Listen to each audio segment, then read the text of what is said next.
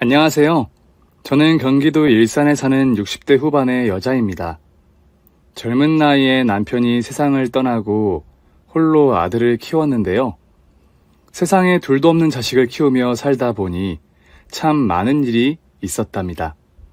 그중 가장 쇼킹했던 일화를 들려드릴까 해요. 재밌는 이야기이니 잠시 핸드폰을 내려두시고 끝까지 들어주시길 부탁드립니다.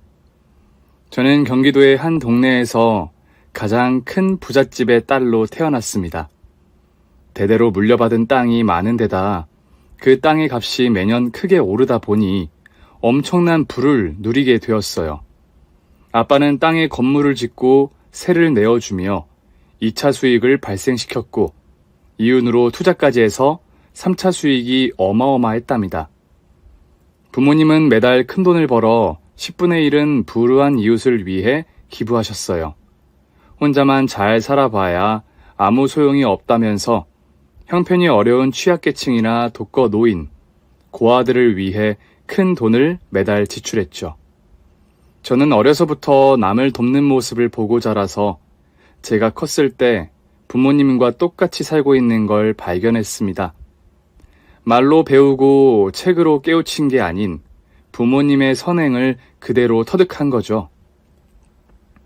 그렇게 어른이 된 저는 부모님의 유산을 일부 물려받아 건물을 관리하는 일을 했어요. 태생이 이렇다 보니 안 좋은 시선으로 보는 상인과 임차인이 많았는데 저는 기분 나빠하지 않고 그들의 마음을 이해하며 무조건 겸손으로 다가갔어요. 그러다 보니 나중에는 저의 진심을 알아주시고 마음을 열어주셨습니다. 그리고 역시나 수익의 20% 이상은 모두 기부했답니다. 기부는 멀리 있지 않고 가까운 이웃들을 도왔어요. 제가 젊은 시절에는 동네에 가난해서 끼니를 거르는 어르신도 많았고 소년소녀 가장도 많아서 쌀과 음식들 위주로 기부했죠. 그렇게 세월이 조금 더 흘러 세상 착한 남자를 만나 결혼을 하게 되었고 슬하에 아들을 한 명 낳았답니다. 크게 고생도 하지 않고 평범하고 행복한 가정을 이루어 더할 나위 없었답니다. 그런데 아들이 유치원 갈 때가 되자 남편이 위암에 걸렸고 투병 생활을 1년 넘게 하다가 세상을 떠났어요. 그이가 떠나고 나서는 줄곧 혼자 살았어요. 남편이 아닌 다른 사람을 만나고 싶은 생각은 하나도 없었고 아들만 보고 살아도 충분히 인생이 행복했으니까요. 저는 아들을 애지중지 키우면서도 잘못한 게 있으면 제대로 훈육했습니다. 더도 말고 덜도 말고 제 남편만큼의 인성만 갖춰지면 좋을 거라 생각했죠. 여하튼 아들은 심성 착하고 누구보다 된 사람이 되었습니다. 또 제가 아버지로부터 유산을 물려받은 것과는 달리 아들은 스스로 성공하겠다며 대학 졸업 후 대기업에 들어가 직장 생활을 시작했습니다. 그때부터는 아들이 저에게 용돈을 주었고 제가 해줄 일은 하나도 없다며 홀로 서기를 제대로 하더라고요. 자취방이 좁아서 좋은 아파트를 사주겠다는데도 아들은 거절했습니다. 그만큼 스스로 모든 걸 이루고 싶어하는 아이였죠. 그런 아들이 31살이 되자 결혼을 염두에 두고 만나는 여자가 있다며 집으로 데리고 왔어요. 일만 열심히 하고 사는 줄 알았더니 연애는 하고 있었더라고요. 예비 며느리는 얼굴도 예쁘고 성격도 조용하고 참한 게 아주 마음에 들었습니다. 그래도 어떤 여자인지 궁금해서 호구 조사를 하기 시작했어요. 선진양, 지금 하는 일은 뭔가? 네, 사회복지사로 일하고 있습니다. 좋은 일을 하고 있네. 그럼 부모님은? 부모님은 안 계세요. 왜? 돌아가셨어? 아니요. 저도 잘 몰라요. 줄곧 보육원에서 자랐거든요. 저런. 미안해요. 내가 며느리 될 사람에게 궁금한 게 많아서 실례를 했네. 괜찮습니다, 어머님. 그리고 저 어렸을 때부터 어머님이 기부해주신 학용품이랑 책을 잘 받아서 사용했어요. 오래전부터 좋은 일을 많이 하셨죠? 알고 보니 예비 며느리는 제가 기부하고 있었던 보육원의 한 곳에서 10년 넘게 자랐다고 하더군요. 이것이 인연인가 싶어서 흐뭇한 생각이 들었습니다. 아이고, 우리가 인연이 깊었구만. 선진양이 날 알 정도면 보육원에서 꽤나 오래 살았겠지. 딱해라. 그래, 지금은 보육원에 가끔 가보고 있나? 네, 매주 봉사활동하러 가고 있어요.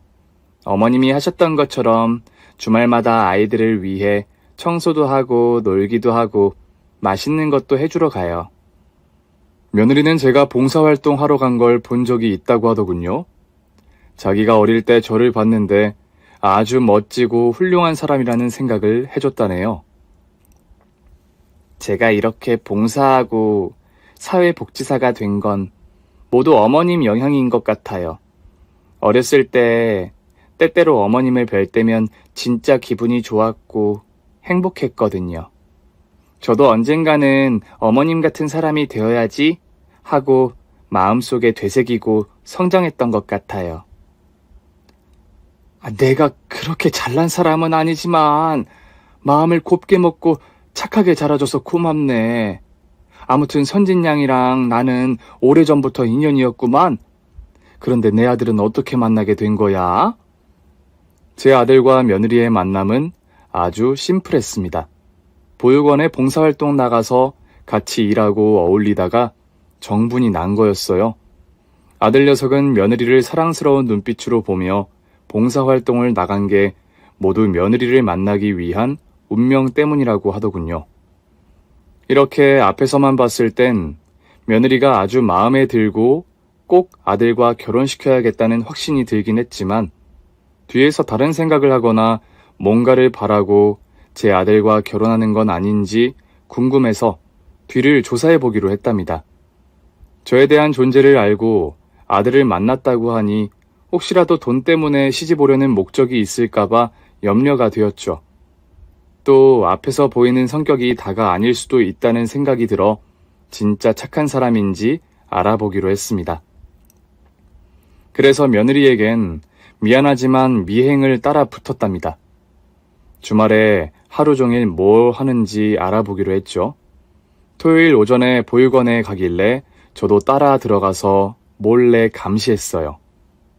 며느리는 아이들의 방을 청소하고 이불과 옷을 빨래하고 운동장으로 나가 아이들과 공을 차고 놀더군요. 그리곤 식당으로 가서 밥을 해주고 나왔답니다. 물론 다른 봉사자들도 있었지만 며느리가 대단한 게 보이더군요. 그리고 보육원을 나와 언덕길로 빠지더군요. 고시원과 허름한 여관방이 있는 골목에 뭐하러 가나 싶었죠. 그런데 알고 보니 사회복지사로 일하며 만난 사람들이 잘 지내고 있는지 일일이 살피고 있더라고요. 대개 독거노인들이었는데 5분씩 말동무를 하고 나왔답니다. 며느리가 다녀가면 독거노인의 웃음소리가 크게 들렸답니다. 여기까지 미행하며 느낀 점은 제가 괜한 걱정을 했고 며느리 몰래 못할 짓을 했구나 싶었습니다. 괜히 의심해서 미안할 지경이었죠.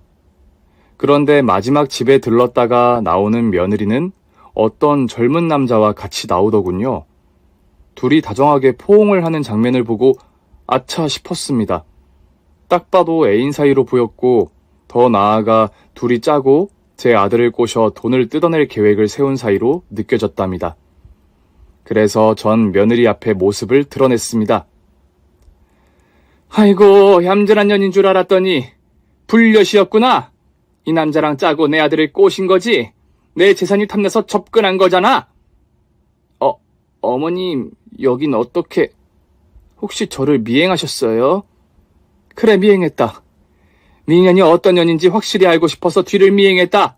그런데 이런 백수건달이랑 그렇고 그런 사이였냐? 너, 내 아들이랑 결혼해서 한몫 땡겨서 이 자식이랑 살림 차리려고 한 거지? 아니에요, 어머님. 오해예요. 저희는 그런 사이가 아니에요. 아무 사이도 아니다? 넌 이년아, 아무 사이도 아닌 놈이랑 껴안고 지랄하냐? 이 남자 새끼도 생긴 게 꼭 기생오래비같이 생겼네. 야, 이 새끼야, 니들이 내 아들을 가지고 놓은 걸 내가 가만둘 줄 알아? 일단 좀 맞자. 너희 둘 다 쓸어버리겠어. 저는 두 눈으로 본 걸 믿고 확신에 찬 목소리로 며느리에게 욕설을 하며 불끈 쥔 주먹을 들어 올렸습니다. 그랬더니 며느리가 주머니에서 사진 한 장을 꺼내더군요. 가족 사진이었답니다. 어머님, 사실은 이 남자는 제 친오빠예요. 제가 얼마 전에 유전자 센터에 유전자를 등록해서 부모님을 찾아보려고 했어요. 결혼 전에 어떤 분들인지 궁금해서요. 그런데 저랑 똑같이 부모님을 찾으려고 한 사람이 있었어요. 바로 여기 있는 오빠죠. 얼마 전에 부모님을 찾았는데 두 분 다 돌아가셨더라고요. 알고 보니 그 기생오랩이 닮았다는 남자는 며느리의 애인이 아니라 친오빠였습니다. 자세히 보니 얼굴이 닮았더군요. 저는 아차 싶어서 자초지종을 들어보았습니다. 뭐? 그게 사실이야? 그러니까 두 사람이 각자 다른 보육원에서 자랐고 모르는 사이로 지냈는데 얼마 전 유전자 센터에 등록해서 찾게 됐다는 거야? 네, 어머님. 부모님이 무슨 사정으로 저희를 버린지는 모르지만 얼마 전까지 저희를 찾으려고 유전자를 등록하신 것 같아요. 그런데 안타깝게도 돌아가셨더라고요. 어머님, 오빠랑 제 사이를 불륜으로 오해하신 거죠? 제가 남매 사이라는 걸 보여드릴게요. 저희 부모님의 유전자와 일치하다는 검사지인데 오빠랑 제가 똑같은 부모님이라는 걸 아시게 될 거예요. 그리고 사진 보시면 아시겠지만 저랑 오빠의 유년 시절이에요. 저랑 오빠의 어린 시절이 지금이랑 비슷하죠? 게다가 재준 씨도 저희 오빠를 이미 만나봤어요. 며느리의 말을 듣고 유전자 검사지와 사진을 살펴보니 제가 제대로 오해한 것이더라고요. 명백히 증거가 있는 남매 사이였답니다. 저는 쥐구멍을 찾고 싶은 심정이었어요. 괜히 착하고 선하게 살아가는 며느리를 더러운 불륜녀로 의심했으니까요. 새빨개진 얼굴로 미안하다고 사과했더니 며느리는 손사래를 치며 괜찮다는 말을 연신했습니다. 어머님, 사과하지 마세요. 제가 어머님이었어도 저 같은 며느리가 들어온다고 하면 뒷조사를 했을 겁니다. 한없이 부족한 여자이니 당연히 돈을 노리는 사람으로 의심했을 거예요. 그런데 어머님, 저는 돈에 큰 관심이 없어요. 오빠가 능력도 있고 멋진 사람이지만 무엇보다 착한 인성에 반해서 결혼하는 거예요. 그래, 알았다. 내가 나이를 먹더니 노망이 났나 보구나. 쓸데없는 짓을 하고 말았어. 미안하다, 선진아. 아니에요, 어머님. 사과 그만하세요. 그리고 조만간 저희 오빠를 인사시켜 드릴 계획이었어요. 그리고 제가 신부 입장할 때 오빠 손을 잡고 들어갈 생각인데 괜찮으실지 여쭈어보고 싶었다고요. 신부 입장할 때? 그럼 당연히 되고 말고 부모님이 두 분 다 돌아가셨다고 하니 그렇게 해도 좋겠구나.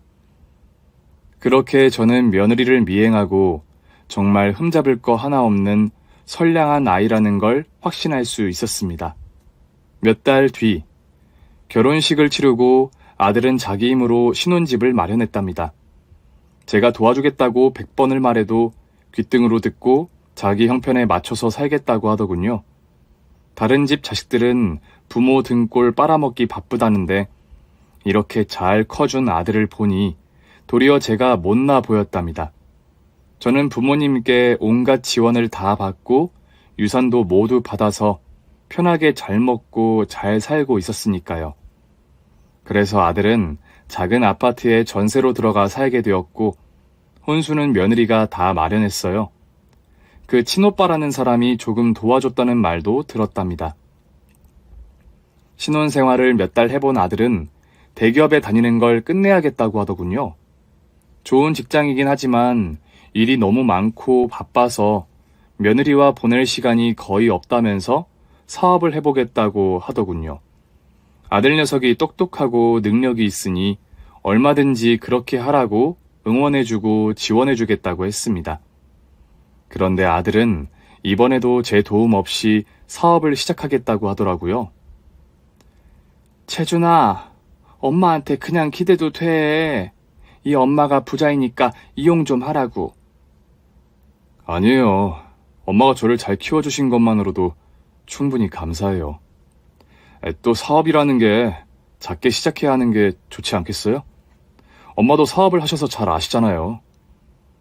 저는 건물 관리 일을 하면서 한 층을 개인 사업장으로 쓰고 있었습니다. 수출업을 하고 있었는데 꽤 성공했죠.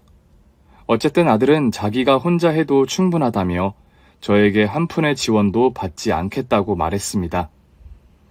제가 이러나 저러나 고집이 있는 녀석이었기 때문에 그냥 마음만 도와주기로 하고 돈을 주지 않기로 했답니다. 아들은 역시나 지혜롭고 현명하게 사업체를 잘 운영했고 1년 만에 큰 성과를 이루어 사업체를 확장했습니다. 그리고 더 좋은 소식이 들려왔는데 며느리가 새쌍둥이를 임신했다는 겁니다. 저는 그 소식을 듣고 한달음에 달려가 며느리를 안고 축하했습니다. 아니, 새쌍둥이라니. 새아가 잘했다. 대단하다고. 감사해요, 어머님. 이게 다 어머님 덕분이에요. 네가 임신한 게 왜 내 덕이냐? 어머님이 멋진 아들을 낳았고 제가 그 멋진 아들을 만날 수 있게 보육원에서 봉사할 마음을 심어주셨잖아요. 모든 시작은 어머님이었다고요. 감사해요, 어머님. 아이고, 얘가 착하다 하니까 진짜로 착한 말만 하네. 그래, 내 덕이기도 하고 네 덕이기도 하다. 그럼 우리 자축할 겸 파티나 하자. 이 시애미가 신라 호텔에 데려가 주마. 거기 가서 비싸고 맛있는 거로다가 실컷 먹고 오자. 또 괜히 비싸다고 사양할 생각 말아라. 이건 할머니가 새쌍둥이 손주들에게 주는 선물이니까.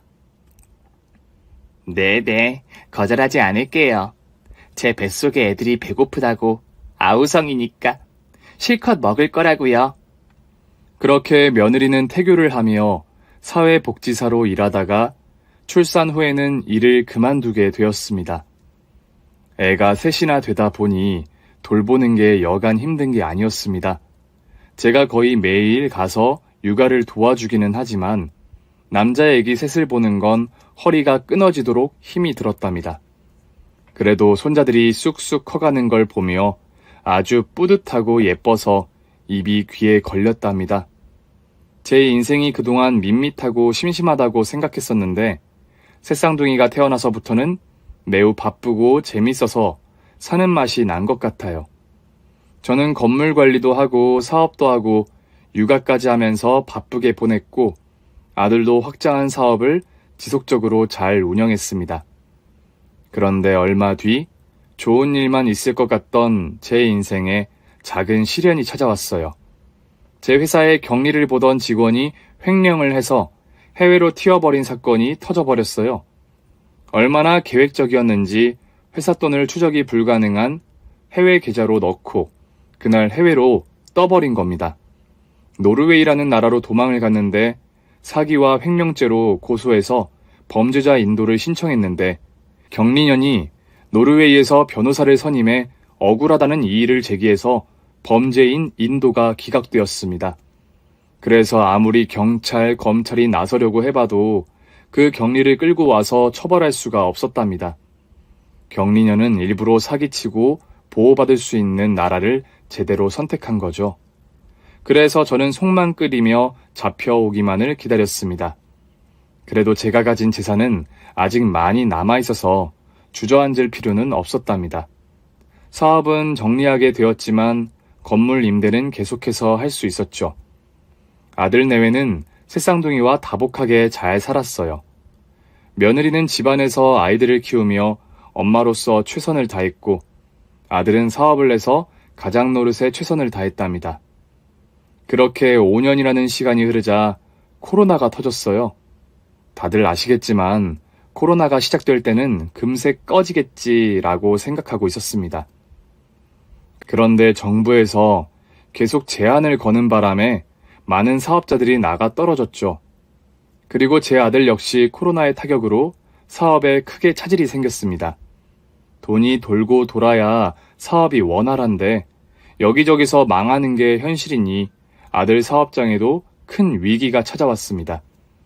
아들은 손해보기 시작할 때 문을 닫지 않고 코로나가 꺼지기를 기다리며 빚을 내면서 기다렸어요. 하지만 결국 예상한 대로 사업은 완전히 망했습니다.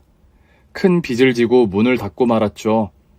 그래서 저는 이 위기에 도움이 되고자 아들을 불러 앉혀 그만 고생하고 유산을 물려받으라고 전했습니다. 재준아, 너 지금 사업 망한 거 아무것도 아니야. 앞으로는 더한 일도 겪을 거라고. 그게 인생이야. 그러니까 혼자 무리하지 말고 엄마 도움을 받거라. 엄마, 아직은 아니에요. 제가 싼 똥은 제가 치우고 싶어요. 제가 진 빚을 다 갚으면 그때 가서 엄마가 하라는 대로 할게요. 에휴, 엄마가 편한 길을 터주겠다는데 또 거절이냐? 너도 참 황소고집이다. 누굴 닮아서 그러니?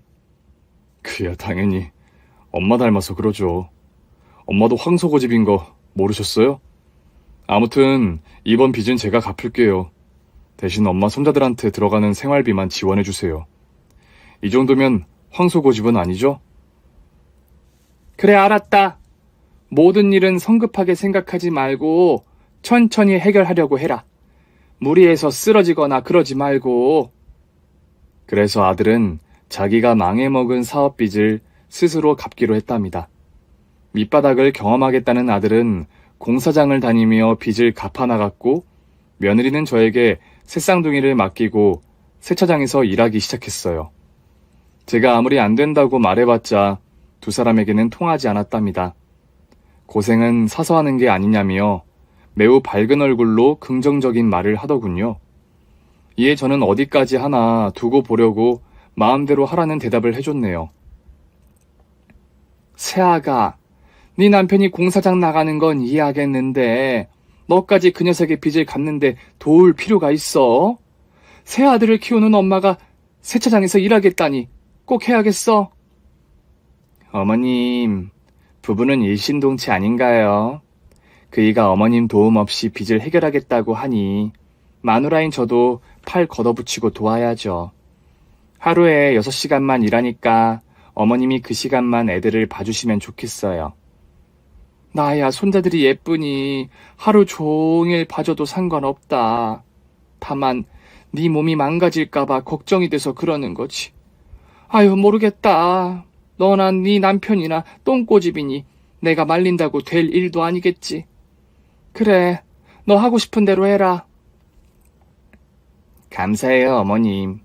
그럼 내일부터 애들 좀 봐주세요. 그렇게 며느리는 세차장에 취직해서 하루에 6시간씩 일했답니다.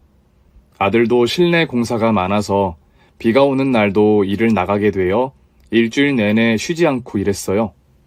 제가 젊었을 때는 부모님 덕을 다 보고 살았는데 제 자식은 누굴 닮아 이렇게까지 하면서 사는지 미스테리였습니다. 아무래도 세상을 떠난 남편을 닮은 모양입니다. 아들은 어느새 몸이 근육질로 바뀌어 있었어요. 손발에 굳은 살도 두툼하게 배겨 있었어요. 노동으로 일을 해보니 세상 보는 눈이 달라졌다는 말도 했답니다. 엄마, 저 공사장에서 일해보고 느낀 게 참 많아요. 예전에는 10,000원 한 장 쓰는데 1시간을 고민했다면 지금은 1,000원 한 장 쓰는데 1시간 고민하고 있어요. 돈의 가치가 다르게 느껴진다고요. 아이고, 그래. 네가 나보다 낫다. 그런 깨달음까지 알아서 하니 대단하다, 아들아. 일이 힘들진 않아?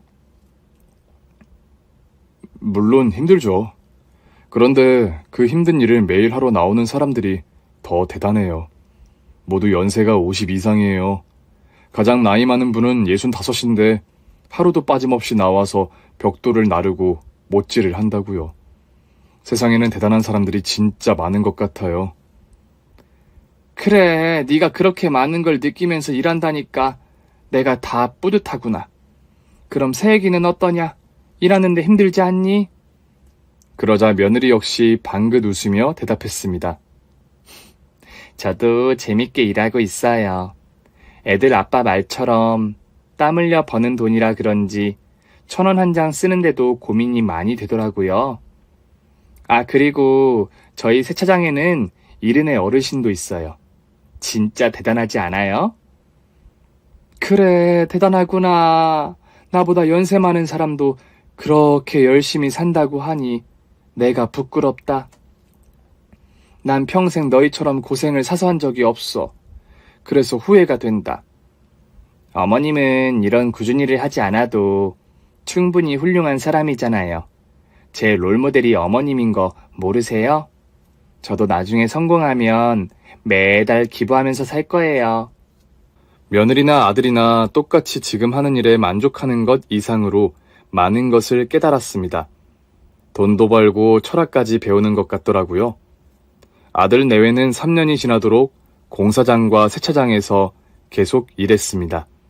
빚을 거의 다 갚아가고 있어서 몇 달만 더 고생하겠다고 하더군요. 며느리가 일하는 세차장은 한겨울에도 세차하겠다는 차가 줄을 섰습니다. 워낙 깔끔하고 서비스가 좋은 곳이라 그런지 가까운 주민 말고도 멀리서들 찾아왔습니다. 12월쯤 되자 강추위가 본격적으로 시작되었고 세차장에서 일하는 며느리가 걱정되더군요. 그래서 새쌍둥이가 유치원에 가 있는 시간에 핫팩을 한 박스 사서 찾아가기로 했어요.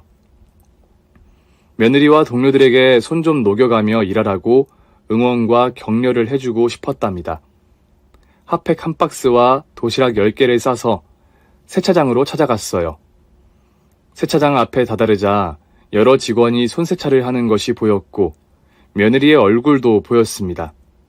손님과 무슨 대화를 나누고 있었는데 아무래도 차에 문제가 있어서 혼이 나는 것 같았어요. 조금 더 가까이 걸어가자 대화 소리가 들렸습니다. 야! 여기 흠집 간 거 안 보여? 네 눈가에만 안 보이는 거야? You 아이 삐었어? 이거 어떻게 해결할 거야? What the fuck? 손님, 이건 원래 있던 흠집이었어요. 제가 세차하기 전에 찍어둔 사진이 있어요. 보여드릴게요. Motherfucker, you liar! 이 거짓말쟁이 사기꾼 같은 년아. 네가 이 사진을 세차 전에 찍은 건지 어떻게 알아? 아님, not trust you. 여기 사진 찍은 날짜 있잖아요, 손님. 잘 보세요.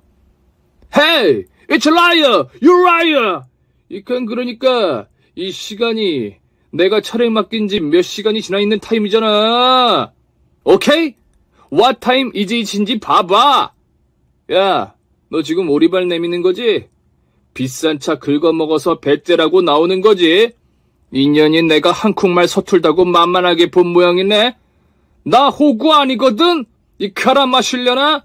그리고 너 이 차가 얼만 줄 알아? 네가 남의 차 닦아가며 5년 동안 일해도 못 살 만큼 비싼 차야. 네 인생이 좆됐어. 이제 지옥이 펼쳐질 거라고. Welcome to hell. 손님, 차가 싸고 비싸고를 떠나서 저는 손님 차를 훼손하지 않았어요.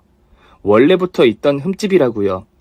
자꾸 억지 부리지 마시고 인정하시고 차를 가져가세요. 정 못 믿으시겠으면 CCTV를 보여드릴게요. 에이, 니년이 영상을 조작해서 보여주는 건지 진짜 영상인지 어떻게 믿어? 난 진실된 사람이니까 내 말이 정답이야. 넌 내 차를 망가뜨렸어. 나의 롤스로이스 옆구리를 까지게 했다고. 상황을 보아하니 진상 손님이 며느리에게 흠집 난 걸 뒤집어 씌우는 것 같았습니다. 저는 가까이 다가가 해결해 주기로 했습니다. Hey, fucking 세차년아! 다 필요 없고 네가 변성해. 머니 내놔. 차 문짝을 통째로 갈아야겠으니까 500만 원 내놔. 500 money give me. 네? 500만 원이요? 손님, 이런 스크래치는 10만 원이면 지울 수 있어요. 그리고 다시 말씀드리지만 저는 잘못한 게 없습니다. 세차 전 사진까지 보여드렸는데 이렇게 억지를 부리시면 곤란합니다. 손님, 제발 그만하고 가시죠. 이렇게 억지 부린다고 해결되는 건 아무것도 없다고요. 이런 니김성! 야, 니년 하는 꼬라지 보니까 평생 남의 차나 닦아주면서 빌어먹고 살게 생겼네. 너 돈이 없으면 몸으로라도 때워. 당장 무릎 꿇고 잘못했다고 빌어. 내 발로 기어서 내 가랑이를 지나가면 수리비를 깎아줄 수 있으니까 말이야. 도구처럼 내 발로 기어가란 말이야. 빠우와우 하고 짖어보란 말이야. 손님, 안 되겠네요. 이러시면 경찰을 불러서 해결해야겠어요. 그냥 기다리세요. 이년 말하는 거 봐라. 폴리스? 야, 손님 차를 흠집 낸 것도 모자라 나를 진상 취급하고 짭새를 부르겠다고? 토킹 어바웃이 안 되는 년이구나. 경찰관 같은 소리 하고 있네 너. 오늘 내 차 수리비 500만 원어치 쳐 맞아봐라. 가다 김연경 스파이크! 그 진상 손님은 손을 들어 며느리 뺨을 세차게 날렸습니다. 이에 며느리는 놀란 얼굴로 눈물을 흘리더군요.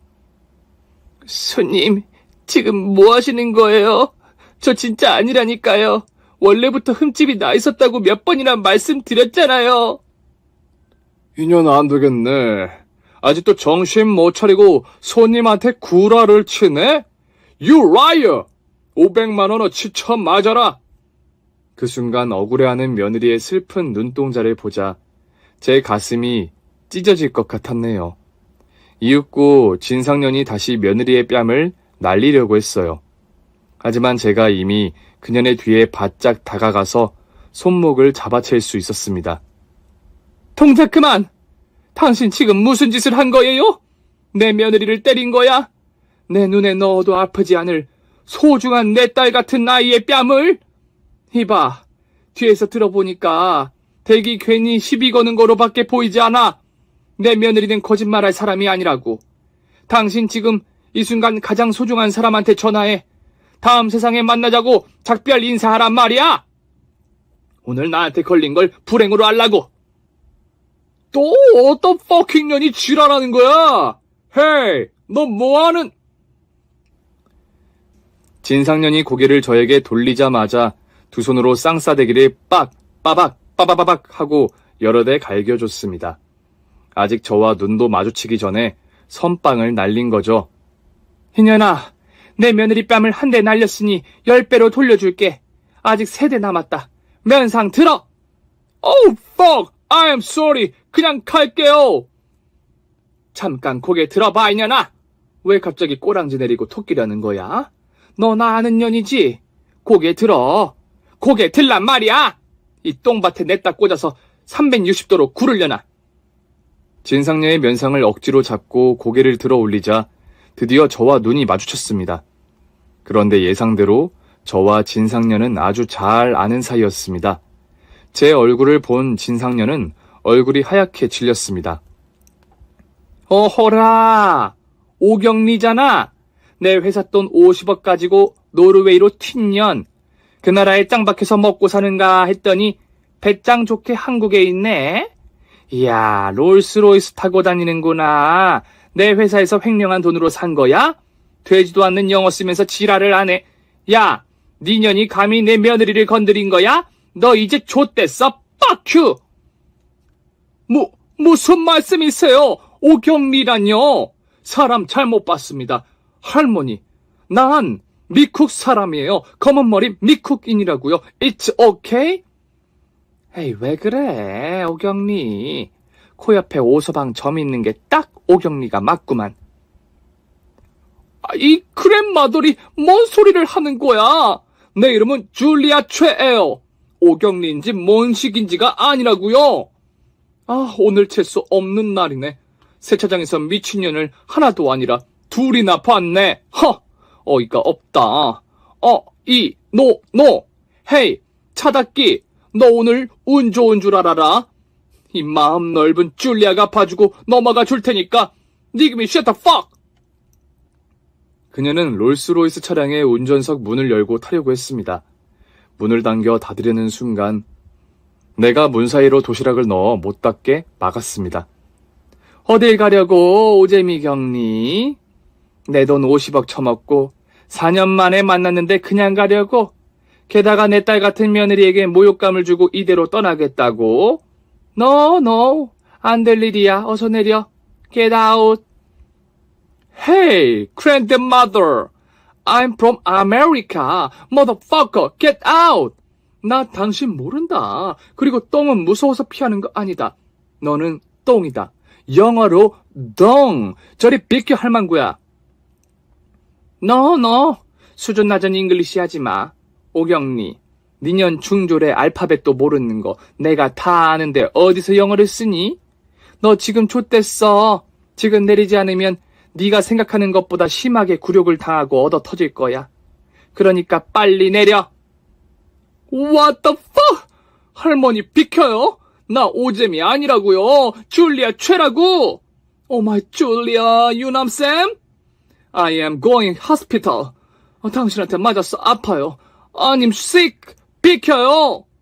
나 한국말 잘 못하니까 말 걸지 마세요. 계속 미쿡인 놀이 하겠다고? 이년 토킹 어바웃이 안 되는 년이네. 안 되겠다. 매를 들어야겠어. 저는 도시락통을 휘둘러 오경리의 면상과 머리를 몇 대 내리쳤습니다. 그러자 비명을 지르며 차 밖으로 나오더군요.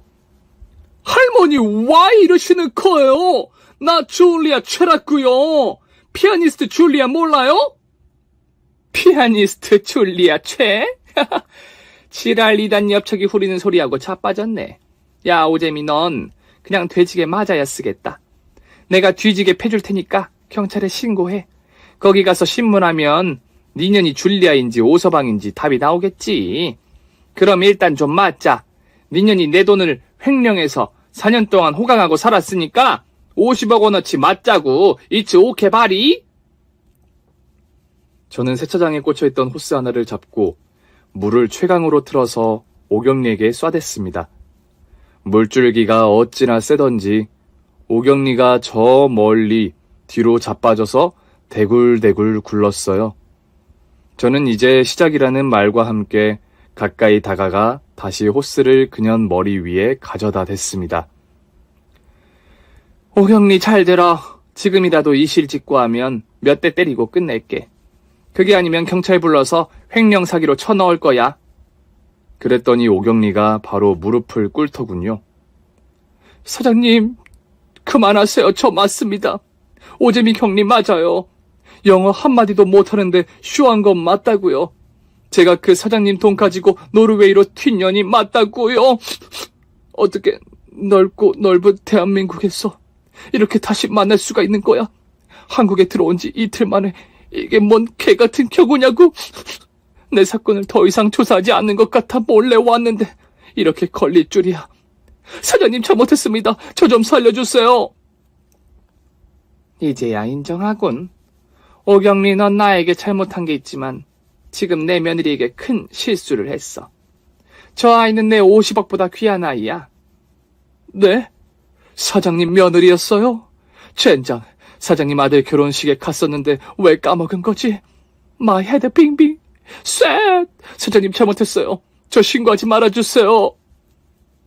그러면 일단 내 며느리한테 빌어. 아까 네가 말한 대로 내 발로 기어서 내 며느리 가랑이 사이로 지나가면서 말이야. 헤이, 헐리업, 빨리빨리. 오재미 경리. 진짜 신고 안 하실 거죠? 알았어요. 시키는 대로 다 할 테니까 신고만 하지 말아주세요. 헤이, 며느님. I'm so sorry. 잘못했습니다. 죄송합니다. 실은 원래 흠집이 나 있었는데 며느님께 덮어 씌우고 돈 뜯어내려고 했어요. I am very sorry. 며느님 한마디에 내 인생이 달려있어요. 제발 용서해주세요. 때리고 싶으신 만큼 때리세요. 이년 봐라. 바로 진실을 말하네. 그럼 죄 없는 내 며느리한테 쌍욕을 퍼붓고 돈 달라고 소리 지르고 따귀까지 날리려고 한 거야? 안 되겠다 너. 세차 물맛을 한 번 더 봐야 쓰겠다. 저는 들고 있던 호스의 물을 최강으로 틀어 오경리의 면상을 날려버렸습니다. 오경리의 면상은 처절하게 망가졌습니다. 인조 속눈썹이 이마에 들러붙었고 화장은 다 지워져서 옥동자 같은 면상을 드러냈어요. 어머 깜짝이야. 오경리, 쌩얼이 베리 못생겼네. 이 얼굴로 다니면 아무도 못 알아보겠어. 멍청하게 지발로 한국에 왔으니 어쩌면 좋으니. 어서 내 며느리 가랑이 사이로 지나가면서 싹싹 빌어. 물에 젖은 생쥐꼴이라니. 가랑이 사이로 지나가면 진짜 봐주는 거죠? 개처럼 짖으면서 들어가. 새아가 다리 살짝 벌려주거라. 네? 어머님 이렇게까지 하셔야겠어요? 너무 심한 것 같은데. 심하긴 뭐가 심해. 귀한 내 며느리한테 누명 씌우고 개 지랄을 떤 년은 절대 가만두지 못한다. 야, 오재미, 일단 빌어. 빌고 나서 개처럼 기어가. 그러자 오경리는 훌쩍거리더니 이내 무릎 꿇고 제대로 용서를 빌었습니다. 며느님, 죄송합니다. 제가 급전이 필요해서 돈을 좀 뜯어내려고 거짓말을 했어요. 스크래치는 원래부터 있던 겁니다. 저의 잘못을 너그럽게 용서해 주세요. I'm so sorry. 에휴, 됐습니다. 저희 어머님한테 사기친 게 더 큰 잘못이니 어머님이 시키는 대로 다 하세요. 네, 그럼 다리를 조금만 벌려주세요. 제가 지나가겠습니다. 며느리가 마지못해 다리를 벌리자 오경리가 네 발로 기어 지나가더군요. 왈왈! 죄송합니다. 왈왈! 네, 됐습니다. 어머님, 저는 다 풀렸어요. 이제 어머님이 하고 싶은 대로 하세요. 그러냐? 그럼 오경리, 저기 세차장 끝에서부터 내 발로 뛰어와서 내 가랑이 사이를 지나가라. 그렇게 하면 바로 여길 벗어날 수 있을 거야.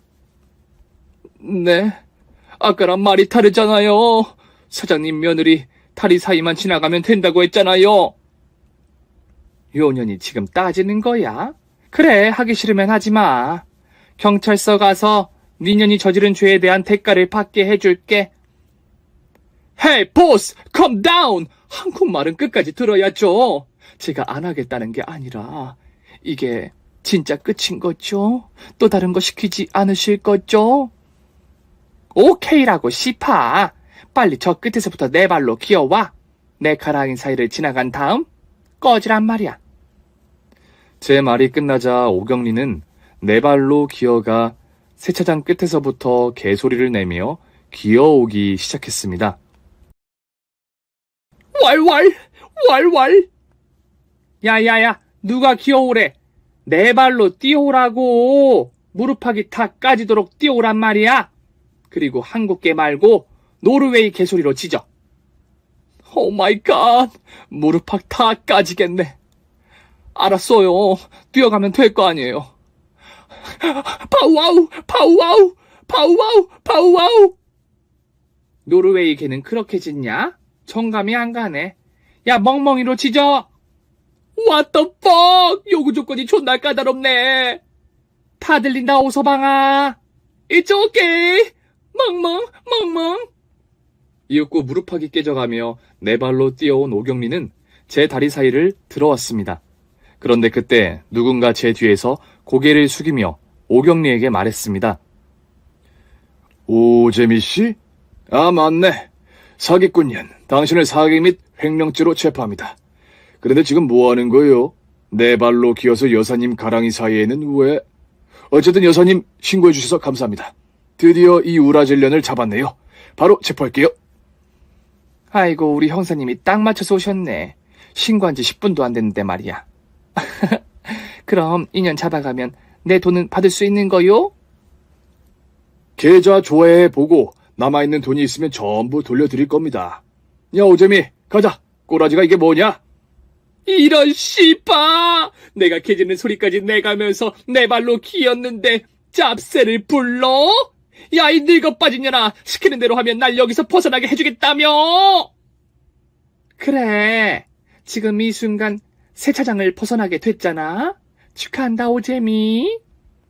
이런 치밀을 놀아질 허스키한 요를레이 쌍년아! 너 내가 가만 안 둬. 지금 네 년을 박살내고 깜빵에 말뚝 박고 말겠어. 이엇!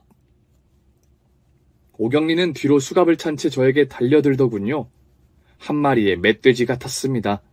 그래서 저는 다시 들고 있던 호스의 물을 최강으로 틀어 발사했답니다. 이 도그 개피그 돼지.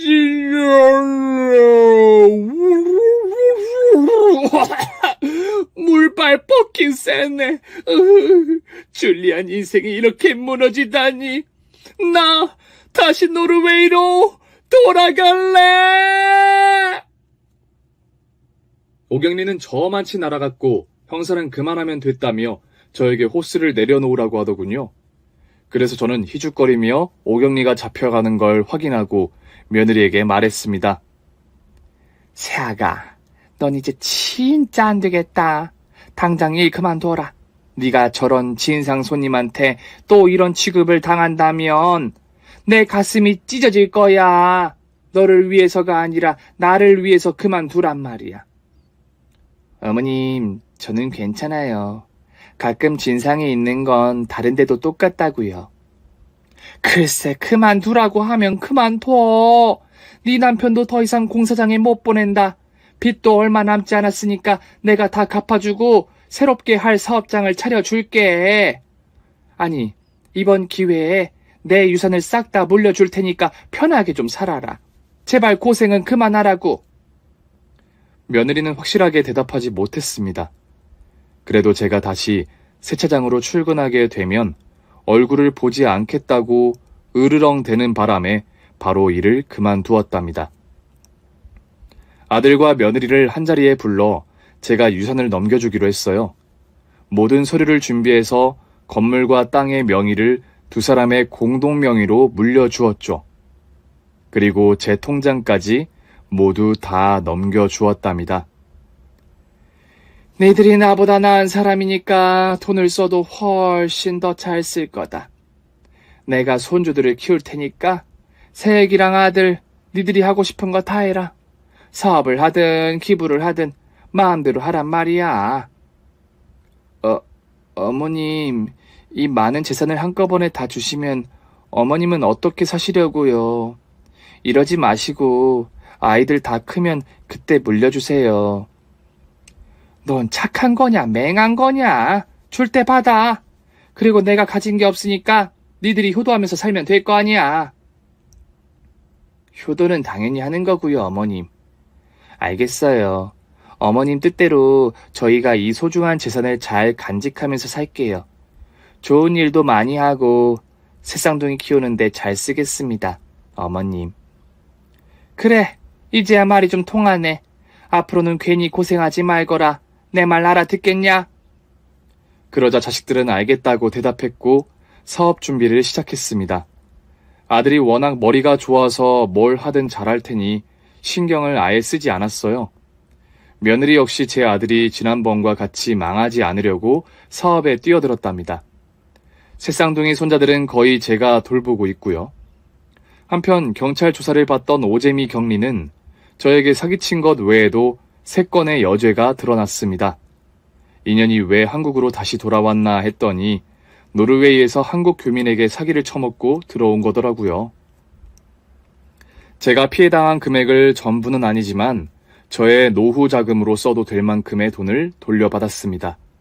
여하튼 오경리는 오랜 감옥 생활을 하게 되는 것으로 끝이 났답니다.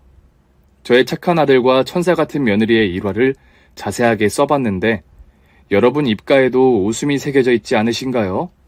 저는 참으로 복이 많은 사람입니다. 부잣집에 태어나 자식들까지 일이 훌륭하니 말입니다. 그럼 복 많은 제가 복을 나눠드리며 물러가겠습니다. 여러분 모두 부자 되세요. 오늘 준비한 사연은 여기까지입니다. 재미있게 들으셨다면 구독과 좋아요, 알림 설정까지 눌러주세요. 그럼 저는 다음 사연으로 찾아뵐게요. 오늘도 건강하고 행복하세요.